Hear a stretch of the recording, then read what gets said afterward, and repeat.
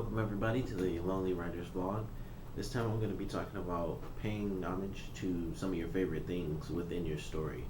Now, for people like me, which is to say nerdy people, there are tons of different things that you can reference when writing a story. There are things you probably reference in your day-to-day life. If you just really like something, you might reference a TV show. You might say a line that your favorite character says, or a line from a movie, like just famous quotes that people say all the time, whether they really like the film or not. It's just one of those things.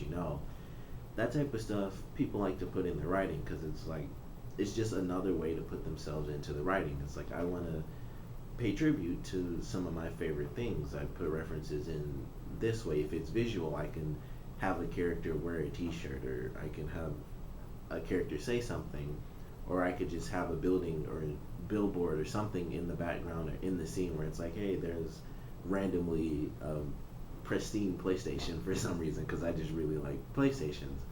But when you're writing stuff, um, verbally is really a great way to have people reference other things.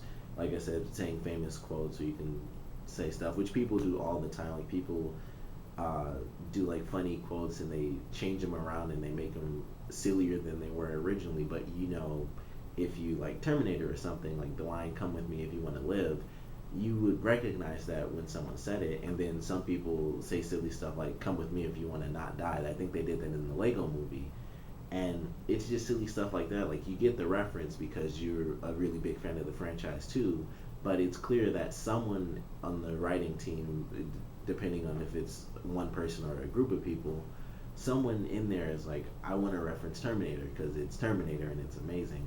So I'm going to put this in there, and people who love Terminator are going to get that reference, even though it's not this specific line. And that's something people do in writing all the time.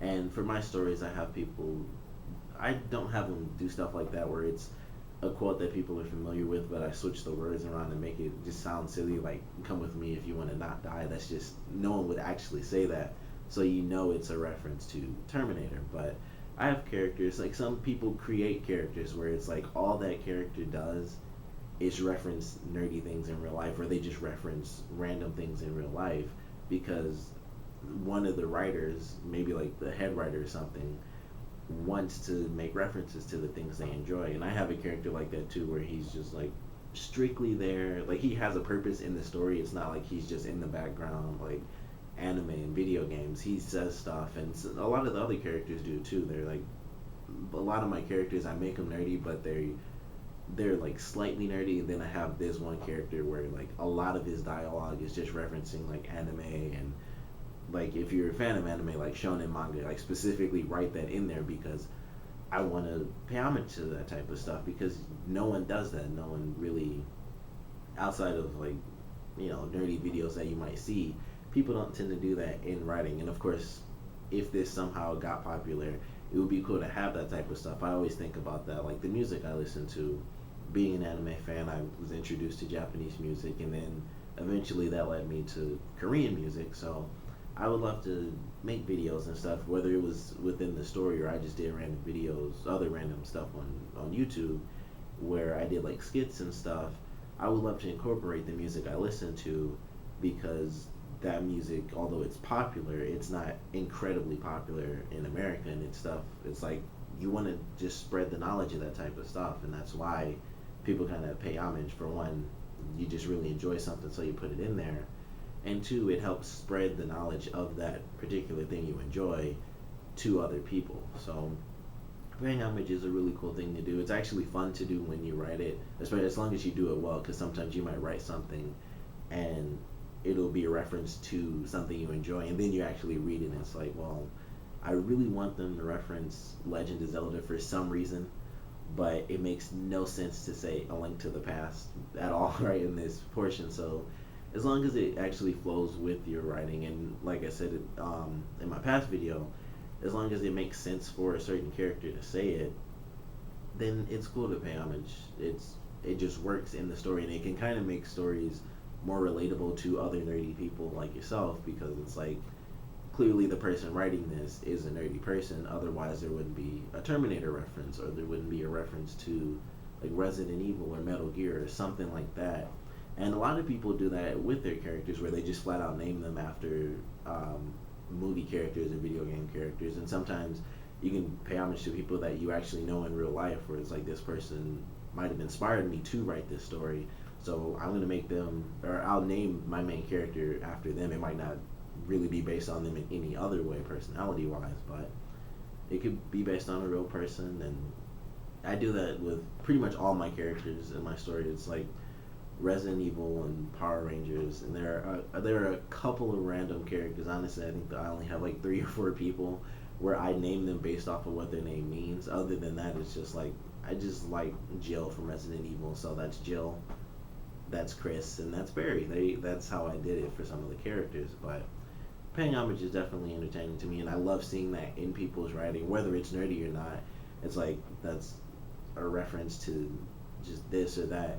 It's pretty interesting to see that, and it shows sort of a timeline of media, I guess, where it's like this really popular thing gets referenced all the time, and it's like the Terminator line, and it's been decades since Terminator came out, and that was the first Terminator, where I believe it was the first Terminator, at least, even if it was the second, that came out in '92, but I believe it was the first one where he says, "Come with me if you want to live," and that still gets referenced today. Like I said, it was in the Lego movie, which only came out last year.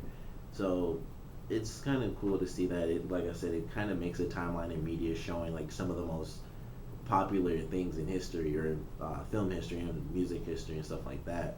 But paying homage is always one of the cool things you can do when you write. It's like it's one of your less unique moments, but at the same time, it puts a lot of you into your own story. Even though you're making the story, it's just another, it's like a drop of information about the creator. It's like, oh, I never would have known that unless I saw this random video, but I can just watch this show, and it's like, well, they mentioned this video game or this movie, or they put this line in, and it's like, I know that they're a fan of this thing. So I always enjoy that, and I try to do that as much as I can without it being stupid. Like I said, I have the one character who makes like the silly jokes, like he references anime and manga, and how a lot of things in the story I'm writing are like cliche, or like how they could be cliche if the characters did it that way, or how they can't do something because it's like, this isn't like a Shonen Jump manga, we can't just have a tournament where people fight each other, stuff like that.